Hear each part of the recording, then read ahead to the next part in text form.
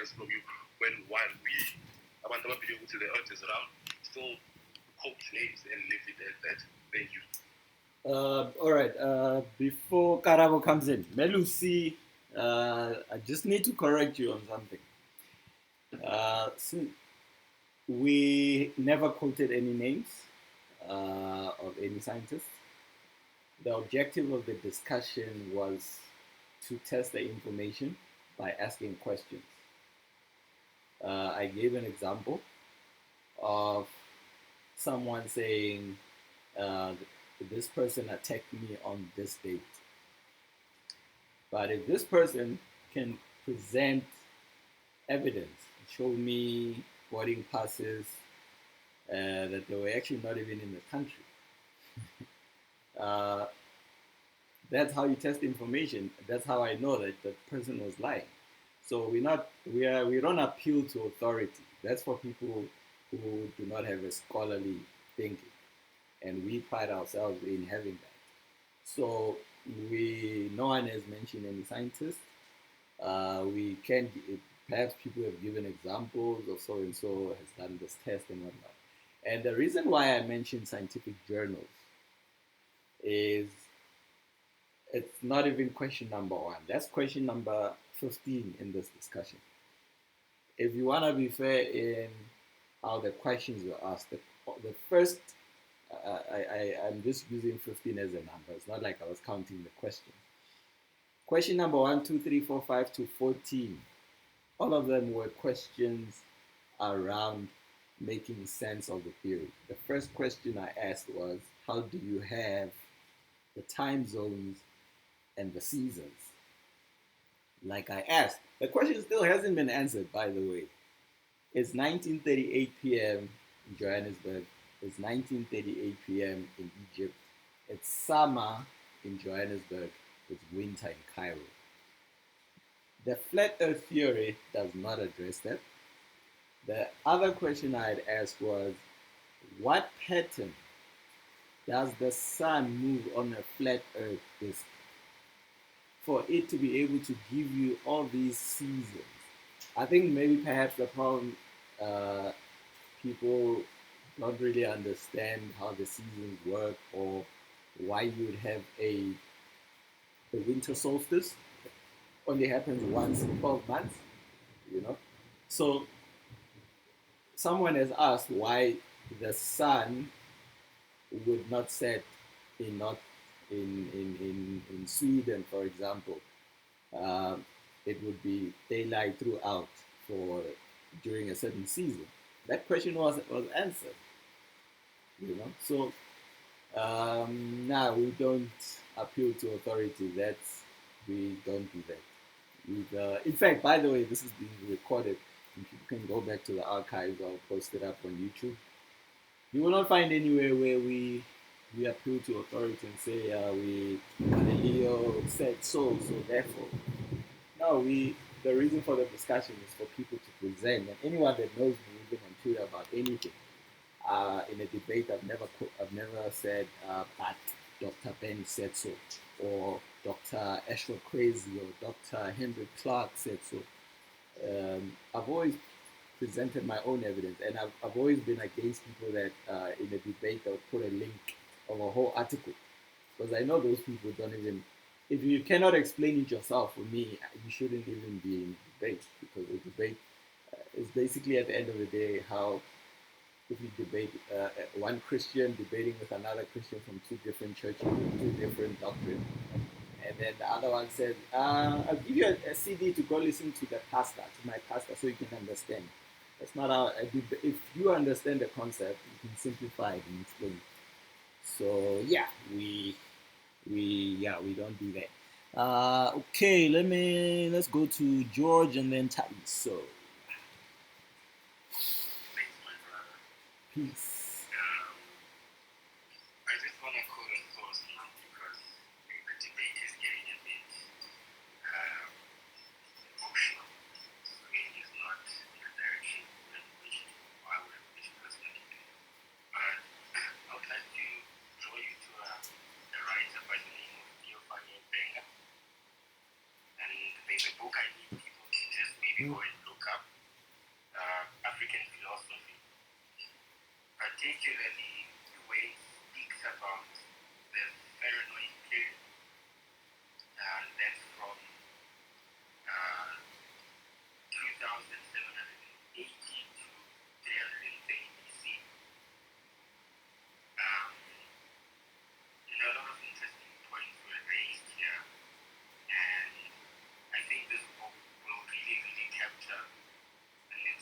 African scholar, by the way, so you don't have to worry about any bias. I say that because Theophile Benga outlines in detail that not only just the Dogon, but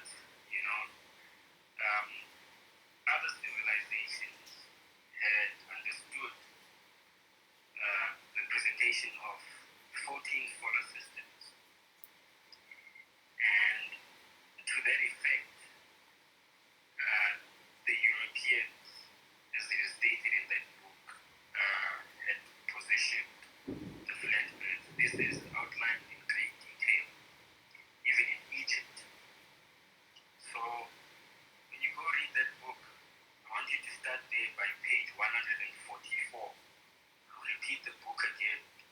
African Philosophy by Theophile Benga. The Pharaonic Period. That's one important book. Why? Because also in page 300, page 300, moving on, I think 330 or so, it tells you that it was your Egyptian priests who discovered that the earth was a self-contained sphere. The Greeks, much later, were convinced of this information, having adopted before the flat earth position of the earth. So this book will really capture some of the questions people have. Theophile Benga, by the way, is one of our most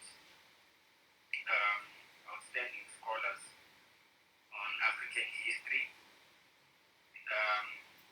He has written about a lot, more than just flat earth, or he's written about where you even got, where that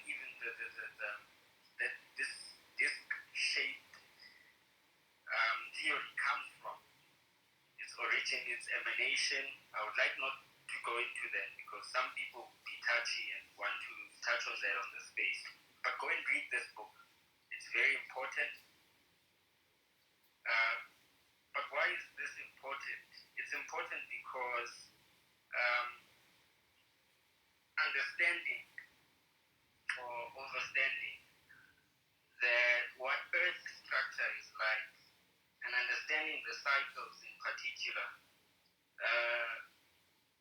is a resonance thing with the mind. You cannot tap into accurate location and mobilize your body into understanding directions in terms of the playing field if this concept has not been put to rest in your personal understanding. If one is to understand the seasons in particular, Earth is a 23-degree tilt in its spinning axis, and that number on its own is important. On the 21st of June, the sun is the furthest away from our planet, particularly what marks in the southern hemisphere the winter solstice. And in the northern hemisphere, you will know that that marks the period of the beginning of the spring equinox. Now, that information is important because you don't get seasons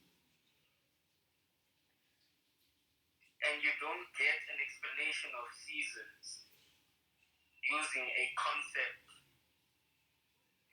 which does not align to bodies that control it. When you speak of winter, you're speaking of bodies. I won't want to say, for the lack of the better word, I'll use outside of our atmosphere. You'll be talking of bodies that affect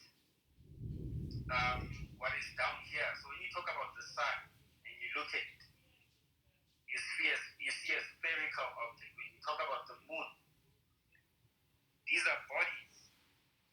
We know of 9 in particular in our solar system that orbit around the sun. So that's very important. If you're going to talk about orbit, already on its own, the word itself, orbit, cannot speak to anything that is um, spherically flat, if that's what some people try and propose. So the ancient Egyptians observed something. For those of you who've flown a couple of times will understand that you will debunk a lot of myths in flat earth. Okay, why don't some say, okay, if the earth is round, why don't we just then fall off the edge? And that's assuming, obviously, that that's how the earth works. Look at your eyes, see how far your eyes can look.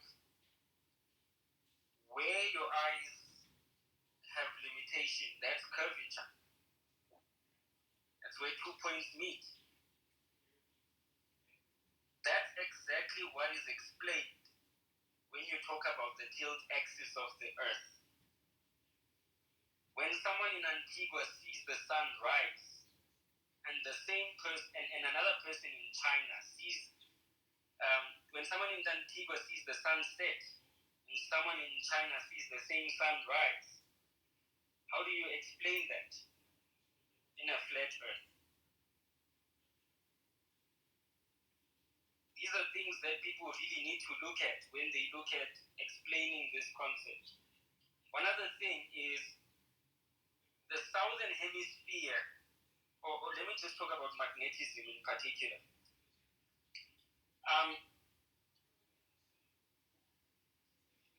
What people say is the South Pole, and what they say is the North, a reference to magnetism.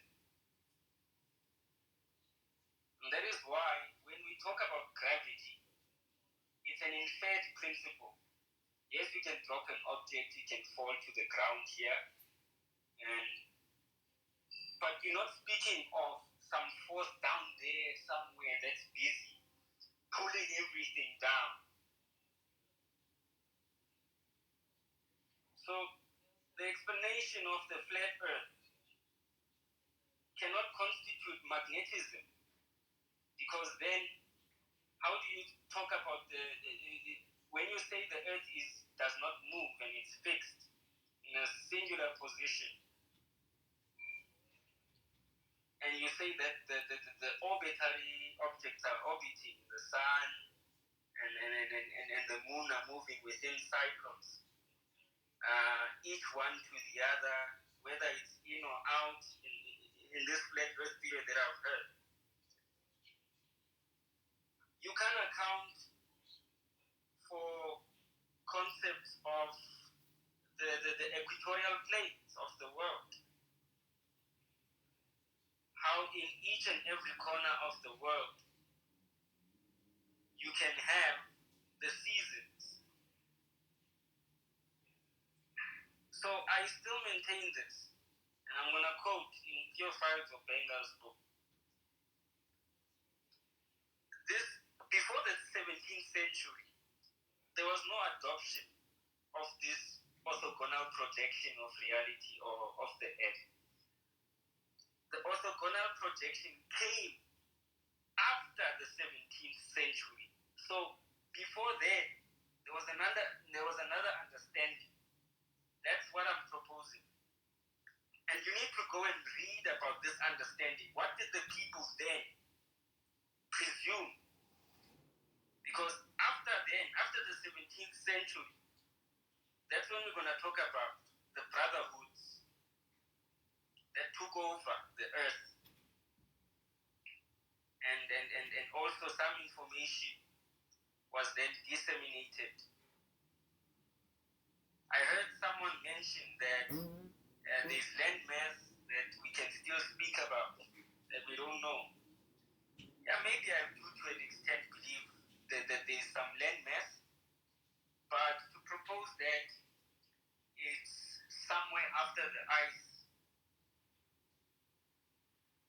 in territories that people want to then speak to, I think go and read this book. Thank you. Yeah. Thanks, brother George. Yeah, we are about to conclude. We'll give to Tabi, so he will be our last speaker. I see on his hand, and then we'll conclude. So basically, at the end of the day, the whole concept, like you were talking about the ancient people writings. Uh, Obviously, the Greeks having their point of departure from the ancient Egyptians, and then the Romans following after. Um, Really, the people have I've seen the flat earthers having tried to. There's one of them who said that I think he's left. He said that the ancient Egyptians depicted the planet as a disk, and I said no, it's not there. Why? Because I study the history, and he said I'll come back and I'll show you. But yeah, he's been gone since. And also, Philly, on the concept, I remember when they were talking about if you jump out from the bakkie while it's moving, you fall. If you jump up the bakkie, you fall out as when you land. So when you look at that, I think what the missing link there in terms of the whole scientific part.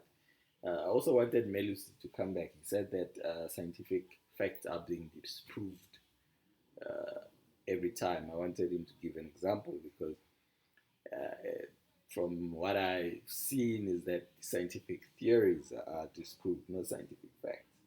Um, if you cannot disprove the calendar, for example, you know, because it's a pattern that you see over and over. So how do you disprove that? You disprove something which is a theory at the end of the day. So our sister Philly mentioned about the whole concept of jumping up a bakkie while it's moving and falling out. And obviously, when they jumped out of the bakkie was still in acceleration. It had not maintained constant speed. So there's a big difference between jumping out of a bakkie while it's just like there's no difference between whether the because they saying it's because it's I use the train as an example. If you're in a train or in a plane, as fast as the plane is moving, you don't have your food falling off the tray, you know. And in a train, as long as the train is moving at a constant speed, you could stand still. You don't need to hold on to anything. It's only if it accelerates or decelerates. So obviously, if you're gonna test the jumping off the bakkie thing, you will only do that while the bakkie is on gear one, and that doesn't count because it's still accelerating. You know, we practiced this thing. I used to ride the train, the old school train, and we used to ride the train while it's moving. We had to apply these scientific principles. You had to learn that for you to ride a train that is still running, you have to run at a certain speed before you grab the, the pole and jump in and whatnot. So yeah, and even jumping over a moving train, and you needed to apply some scientific principles. So jumping off a bakkie, as they had mentioned, they obviously tried it while the bakkie was probably at gear one, gear two, which is not something you can use as an example in the earth moving. The earth does not accelerate and decelerate while you jumping up. So if they can prove that if you can have a bakkie moving at 120 kilometers per hour for a few minutes and then you jump up and fall off, that then I doubt that would happen. But yeah. Anyway, Tabi, so you are our last speaker and then we close.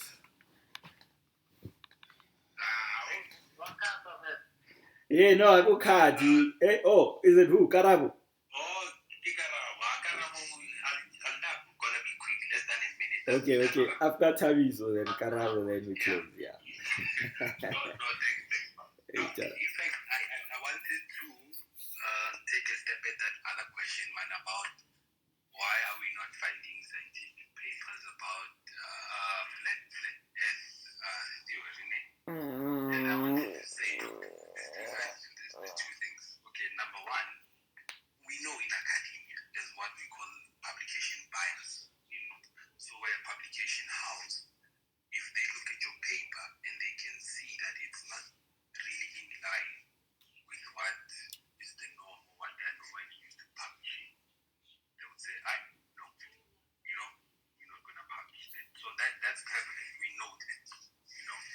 But on the other hand, I mean, I think you'll find it very difficult to find a self-respecting scientist who's going to put their name and co-author a paper, right? That has been debunked probably even before social media was even prevalent. That's one other reason you might not find that. And I wanted to address Melusi, man. He said something which I in fact agree with him, where he says, science is continuously evolving. It's a statement of fact. That's what science is.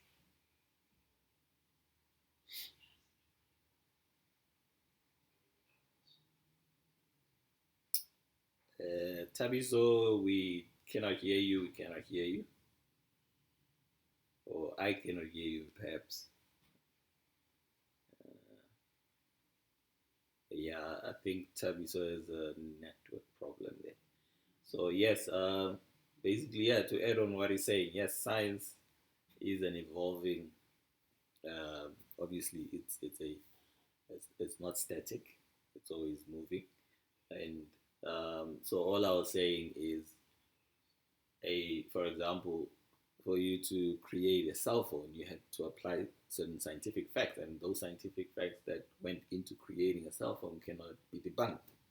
You cannot have um, something that comes out and says those are false, because how would you have uh, that the algorithm that goes into the computer doing 1, 2, 3, 4, 5 if that was not a fact? Yeah. So obviously, mostly the things that are disproved are mostly things that have not been applied. As something that has been applied is a fact and can never be disproved. And in science, they do say theory of relativity. They don't say fact of. But yeah, I think Tabiso, you back. If you are not, if your network is still bad, we'll go to I think we can go through this. Fine, man. All right, thanks. Mr. Hola. Mr. Karabo, the answer. You see what I like about your name? It says answer. So we've been asking questions the whole night without any answers. And now the last speaker, his name means answer. Take us away, brother. Closing prayer. Only you. I'm coming with more questions, right?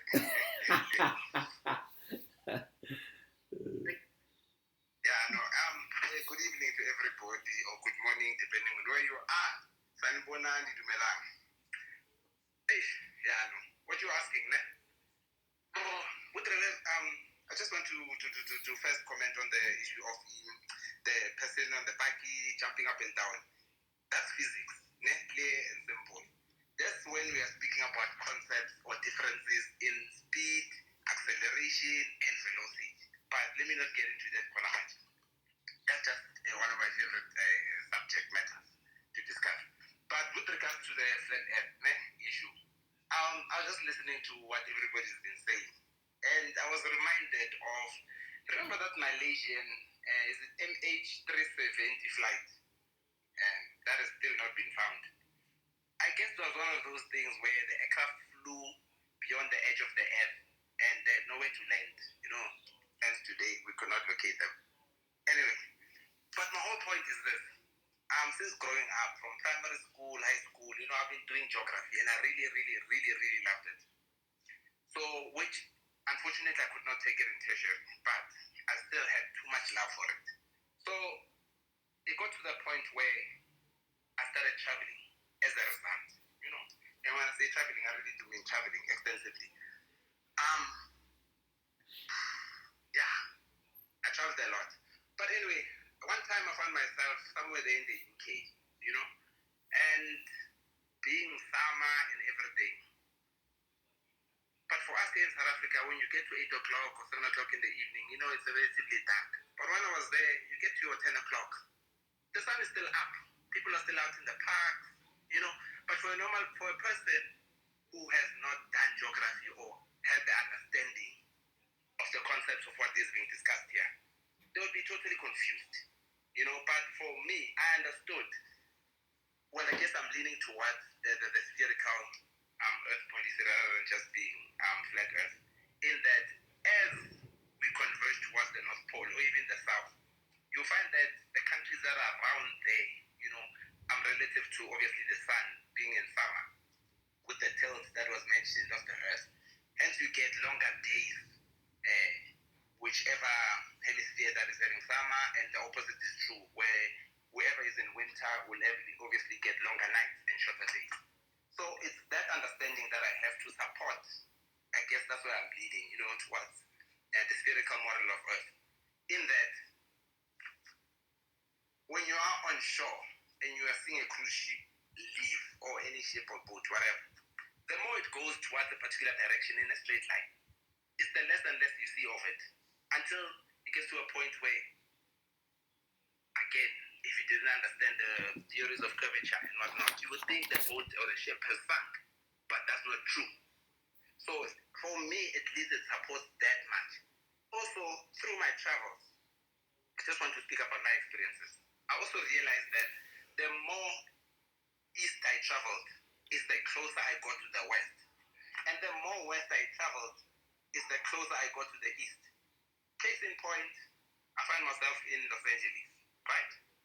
But when I was done doing what I was doing there, I needed to go to the east being in China, in Hong Kong. According to the Atlas or the Flat Earth policy, I would need to travel east, correct? Traveling from the west coast of North America to Asia. But that's a longest distance in this sense, because we traveled west instead, you understand, to get to the east.